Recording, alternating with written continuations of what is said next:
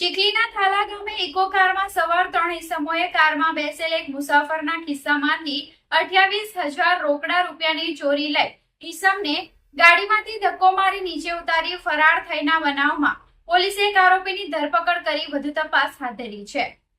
બનાવની પોલીસ સૂત્રો પાસેથી મળતી માહિતી અનુસાર ચીખલી નેશનલ હાઈવે 48 પર થાલા ગામની હદમાં મુંબઈથી સુરત જતા ટ્રેક ઉપર સોમવારની સવારના સમયે ઇકો કાર નંબર GJ05RL9654માં કામરેજ જવા માટે અમૃત શામજી વાઘેલા રહે ખેરગામ ગિરધારી ફળિયા નવા રોડ જેવો ઉપરોક્ત નંબરની ઇકો કારમાં કામરેજ જવા માટે બેઠા હતા। આ દરમિયાન ઇકો ગાડીના ડ્રાઈવરે અમૃત વાઘેલાને જણાવ્યું કે આગળથી એક ફેમિલી બેસવાનું છે, જેથી તમે આગળની સીટ ઉપર બેસવા જણાવ્યું હતું। બાદમાં ઇકો કારના ચાલકે પોતાના કબજાની કાર હંકારી લઈ જઈ થાલા નેશનલ હાઈવે નજીકના CNG સ્ટેશન પાસે ઊભી રાખી પેસેન્જર બેસાડતા તે વખતે પાછળની સીટ ઉપર બેસેલા ઈસમે ગાડીમાંથી ઉતરી ક્લીનર સાઈડનો દરવાજો ખોલી બળજબરીપૂર્વક અમૃત વાઘેલાના પેન્ટના ખિસ્સામાંથી રોકડા રૂપિયા 28,000 કાઢી લઈ તેમને ગાડીમાંથી ધક્કો મારી ત્યાંથી ત્રણેય ઈસમો ફરાર થઈ જતા ઘટનાની ફરિયાદ અમૃત વાઘેલાએ ચીખલી પોલીસ સ્ટેશનમાં નોંધાવતા પોલીસે સદર ગુનામાં ઉસ્માન ખાન માનસિંહ પરવતસિંહ ચૌહાણ